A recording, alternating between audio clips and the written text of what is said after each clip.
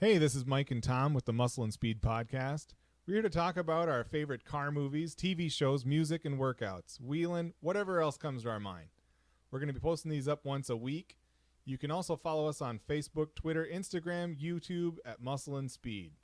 We also have a website, www.muscleandspeed.com, where we'll eventually be selling some merch. Our goal here is to share our passion for all these things with the people who feel the same way.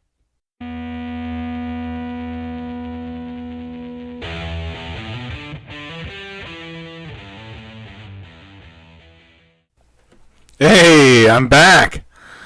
It's time for another Muscle and Speed podcast. This is Mike. Been a little while again. Wednesday's the new Tuesday. In all seriousness, it is. These are going to be coming at you every week on Wednesdays from here on out. And whether it's me and a guest, or me and one of the other guys, or some of the other guys, we'll see how it goes. But we're going to get these up weekly from now on. I think it's important, and it's something we've aspired to do up until now, and it hadn't really worked out. We're all busy people. We all have full-time jobs outside of this, and so finding time to do this has been kind of tough. And the summertime's always rough just because between vacations and just wanting to get out with family and do stuff, it makes it tough to sit down sometimes and get this done. It gets lost in the shuffle. But we're going to do better about it. I promise. So, for this episode, I want to talk about, some of you may have seen if you've looked at our Facebook, our Instagram, or our Twitter. We have a 95 Mustang GT convertible we've purchased.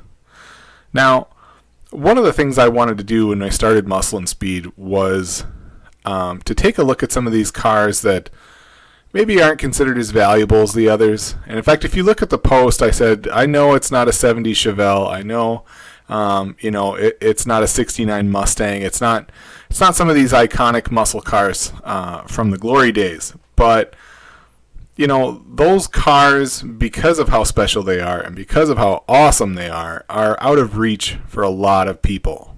And, just because that's the case and you dream about those cars, I want everyone to take a second look at some of these other cars.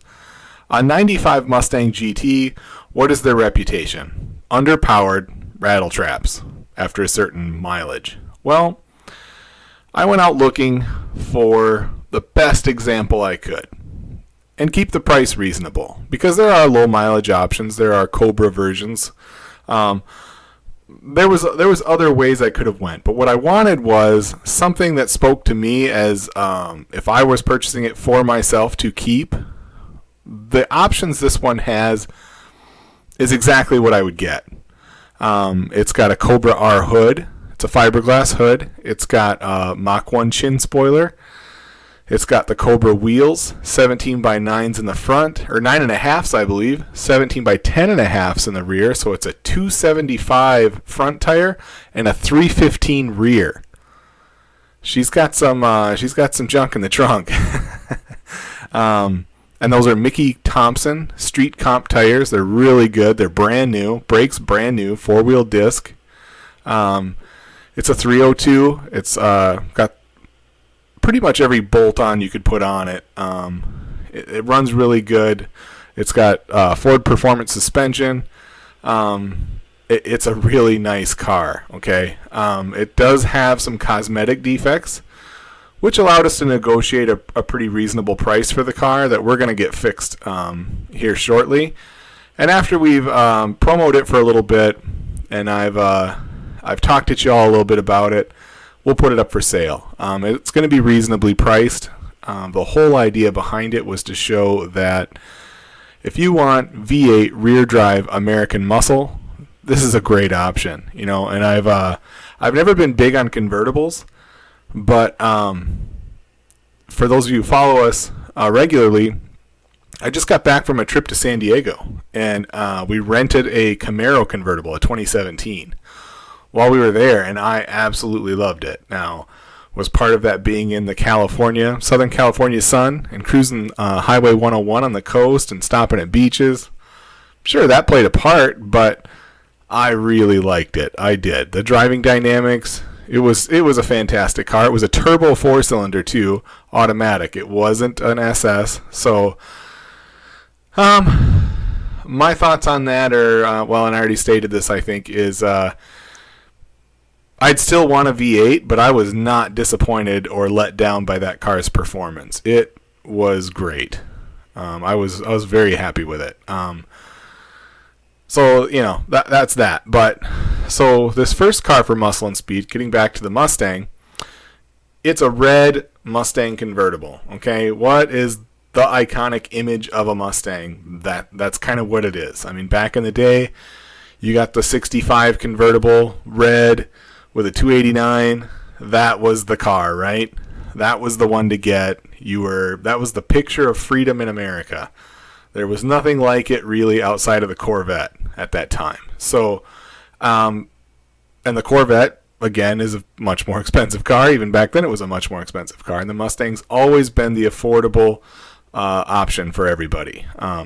So that's what this car is to me, and it's what I want to push going forward, because I do feel a little bit that this hobby is a little threatened by the younger generation, in that there's a lot of youngsters out there that just don't show the interest in these things, or they've heard for years from their parents that the insurance will kill you, it's unattainable, you're not going to be able to afford it.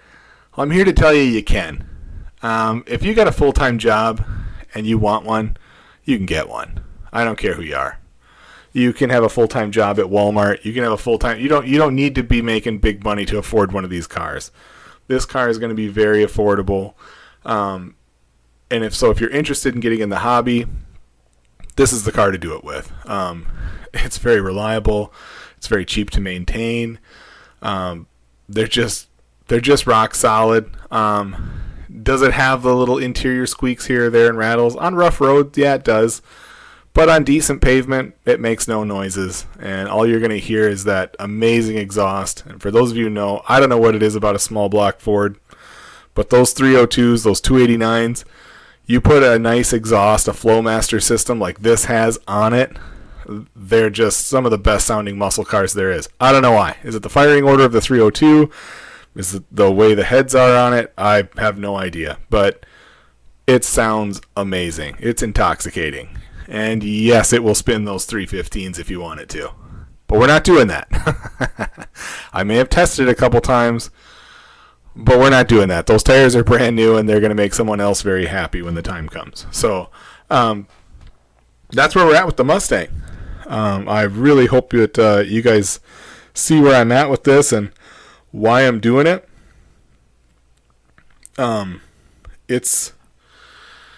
I don't know. It's just something that I feel is important. I'm speaking, I guess, with this car to my son's generation more than others. He's not quite driving age, so, it's not necessarily someone who would buy it right now. But, it is that younger generation, though, the 25 and under crowd. Maybe they're fresh out of college, or,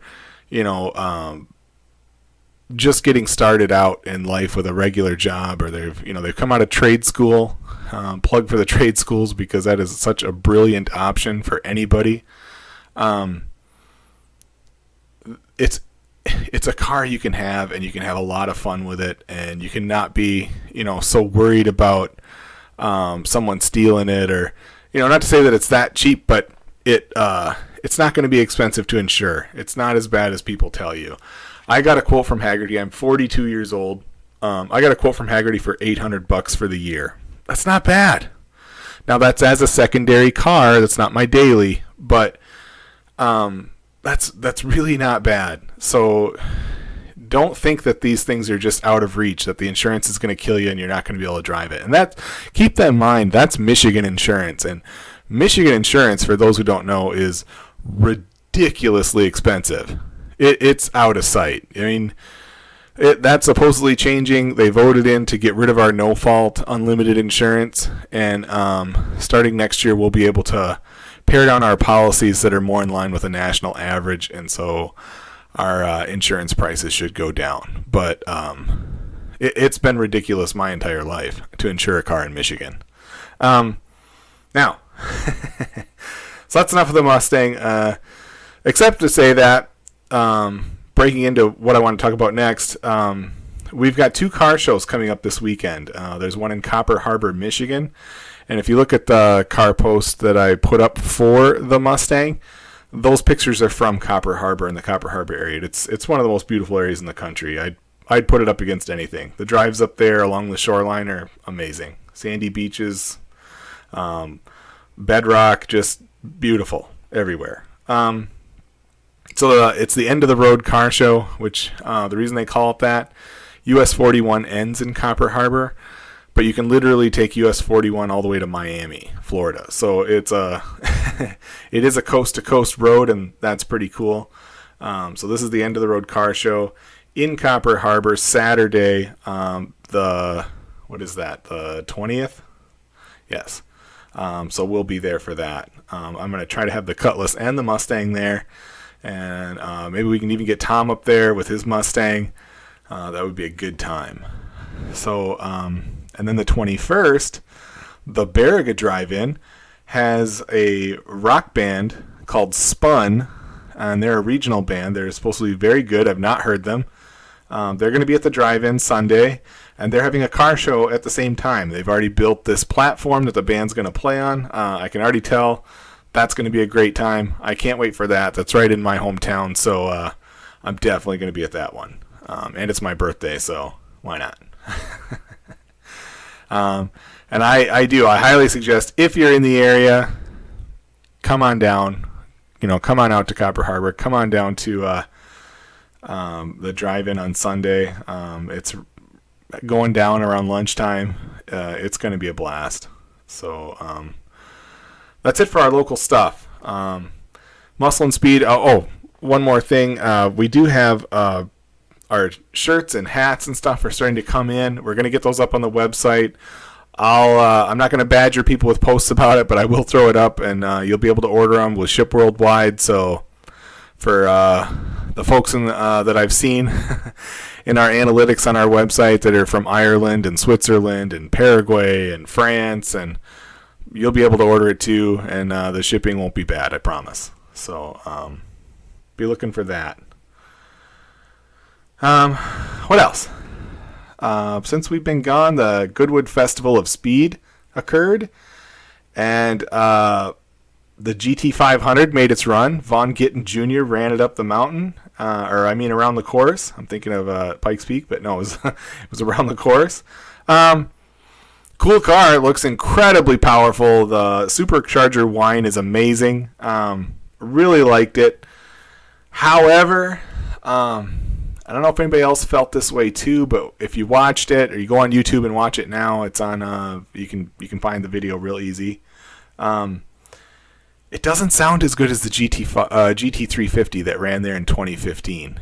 I don't think so. I think the GT350 has still got that one beat as far as sound is concerned. But obviously the GT500 is going to be an incredible performer. Those are just my thoughts on it. Looked fast, looked scary at times. I know all the jokes that 760 horsepower into a crowd is going to be pretty crazy at Cars and Coffee across America, but hopefully that doesn't happen. But it looks like a good car, and we've talked about it at length before. I don't really have anything to add. It looks amazing. You got to be dead inside not to like that car. So the other thing that's been going on, Fast and Loud returned. They did their bullet build with Chad McQueen and his grandkids, or his kids. So it'd be Steve McQueen's grandkids. That was pretty cool. It was pretty cool to see them build it. I asked a question to Richard. He put it up on Instagram. What we thought of the show, and I just said, what I was curious of is to ask, Jason, his shop manager, is also kind of a Mustang restoration expert. At least that's what they constantly call him. I'm going to choose to believe that because he does great work. How would they have built it? How would they have built a 68 Mustang Fastback using modern suspension components? What would they have used if it was no holds barred? Like if you could take any aftermarket part and throw it on there, what would you have done? I have my own thoughts on that, but I was curious as to what the pros would have done. I know Heights makes front and rear independent suspension kits for those cars that make them handle real well. An all aluminum stroker small block paired to a TKO 5-speed or 6-speed would be pretty amazing combo without adding a ton of weight. And you could get up around that 500 horsepower platform. I know they had a more powerful engine in there, and that was pretty nuts. But yeah, I was just curious what they'd have done if they could have put anything they wanted in there. So he didn't answer the question, so I'm posing it to the universe. If money was no object and you're building a 68 Bullet to handle the jumps in San Francisco, to drive the way they were driving it, how would you have done it? That's my thoughts on it. I would do a Heights suspension. I'd get a Tremec transmission. I'd use a stroker small block, all aluminum, to keep it light, and some nice Willwood brakes. That's what I would do. And I would do a 16-inch tire, so you don't get too far away from the vintage, but you can get a nice Bullet-style wheel in a 16x8, and then just run a square setup with the best tires you can put on it. I don't know. Those are my thoughts. I don't know what you guys think, but feel free to comment. Episode 2 also occurred since the last time we podcasted. They followed bidding on the Ferrari F40 that they had built, the black one.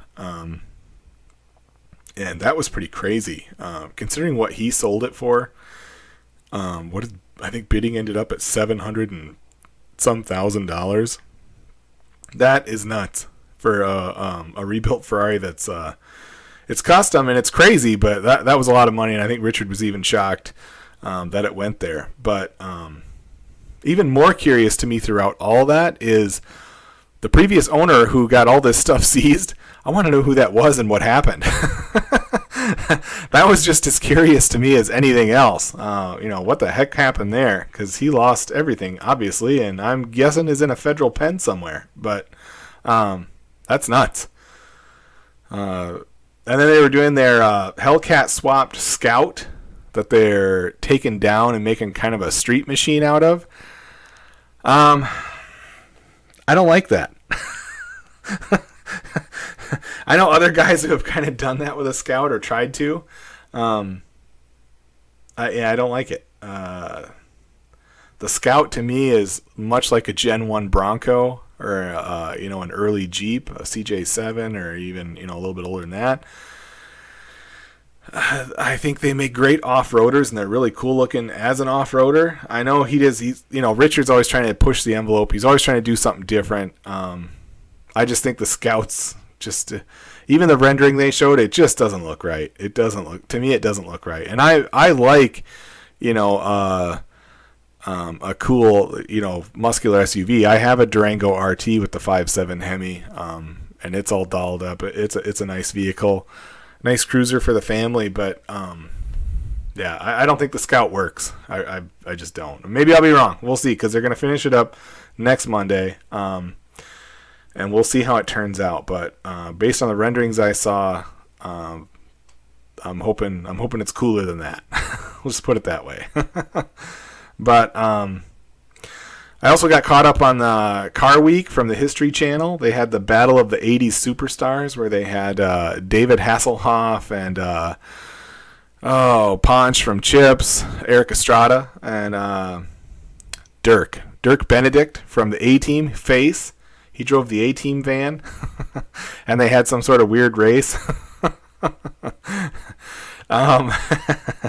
For the record, as long as they're in character and we're believing it's the characters and it's all part of the TV universe, Kit would smoke both those vehicles and it wouldn't even be close. It wouldn't even be close. Come on. Kit did like 300 and some mile an hour. And he went underwater and he went on top of water. You can't beat Kit. But in real life, the motorcycle would have smoked them both on a race. So that's just how that would have went. But it was kind of entertaining. I had a good time watching it. I don't know. I kind of grew up in the 80s, or the early mid 80s. I was pretty young and I watched all those shows, and it was fun to watch and see those guys do that. I was just kind of hoping that they would have had a Mr. T cameo or something, but Catherine Bach showed up and she had a Jeep, and Morgan Fairchild showed up and she had this cool red sports car. I forget what it was now, but it was cool. It was cool. I had a good time with that. But and then the next one I watched was Counts Customs. Danny, he revisited his hometown of Detroit and kind of revisited the house. I think it was in Southfield where he grew up. And it was neat. It was neat to watch him. He got kind of emotional about it, and to watch him kind of go across all of his old stomping grounds, and and then go to the car show that was there and review the cars. It was nice. It was a really nice episode. I don't want to give too much away. I'm sure you'll be able to catch it on reruns or on demand if you have it. It's not hard to find, but definitely worth it, especially if you're a fan of Counts Customs and Danny. He's a really cool guy. So I did enjoy that. But, I went to college down in Troy, Michigan. In fact, I just had family up here visiting that I had lived with when I was there. Shout out to Aunt B and Uncle Walt. They rule. And so it was neat, and I get nostalgic about that stuff, sometimes. My friends from high school and stuff, sometimes I still like to catch up with them, and that's the one thing that I'll say that's good about social media, or one of the things that I really like about it is, regardless of all the nonsense that goes on, and I think this is particularly important, with all the political crap that goes on these days, and, how adamant people are that one is right and one is wrong, and this person's good and this person's evil, and everything else. They're arguing about people who wouldn't cross the street to help them. Sorry, but that's the truth. These politicians, they don't care. They don't care about you. They don't care about your neighborhood. They don't.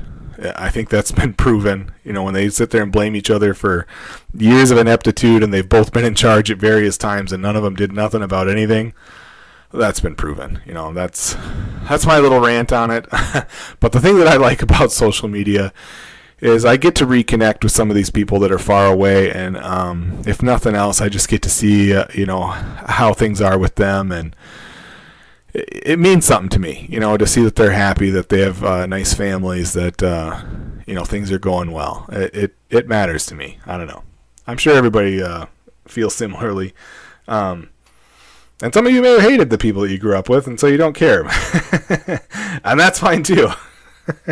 But, that was the fun that I had this week. We're still working on that Mustang. We're going to get that stuff fixed. We're working on my wife's truck. I don't know how much we've talked about that, but she's got her 98 Dodge Ram. It's got I think it's a 6-inch lift. It's got 37-inch tires on it. She wants to paint it OD green, so we're gonna do it OD green. The truck overall is in really good shape. It does have a little bit of rust in the rockers, so we're getting that cut out and replaced, and then we're gonna OD green it for her. Other than that, it's a really nice vehicle. I think she's gonna have a lot of fun with it. And then there's the Cutlass, and we're still working on that. Those classic cars, you basically never stop. Maybe if you have enough money to just hand it off to a pro shop that just goes through it nut and bolt, I think even then you've got a lot of things that you've got to follow up with, over time to keep them happy and keep them on the road. But the Cutlass is running really good, and I've driven it quite a bit this summer. None of these are my primary cars, and so I'm pretty happy just getting out and cruising in them from time to time, and taking them to shows and stuff, and taking them to car nights.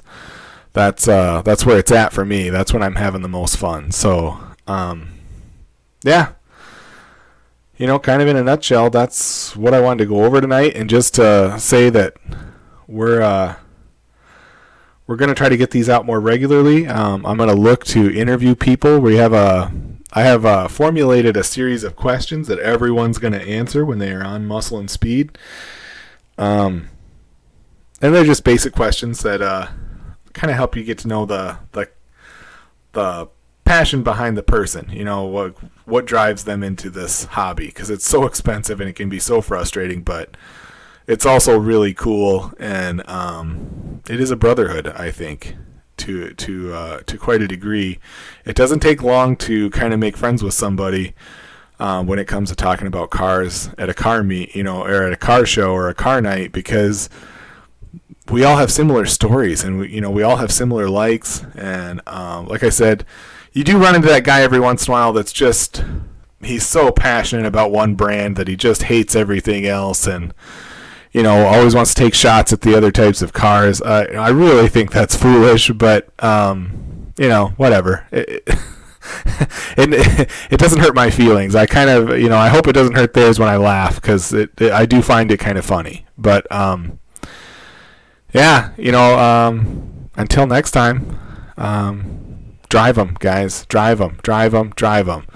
You know, you see, my family's even gotten into car spotting, but we do it. I love seeing them on the road. I think that's so important. It's important to the younger generation. It's important to the current generation. Everybody loves to see these cars, you know. And if you own it, you know, unless you've got like a ridiculously expensive, ridiculously rare car, drive it. It wants you to drive it. Your neighbors want you to drive. Everybody wants to see it. All right. All right, that's it. We're out of here.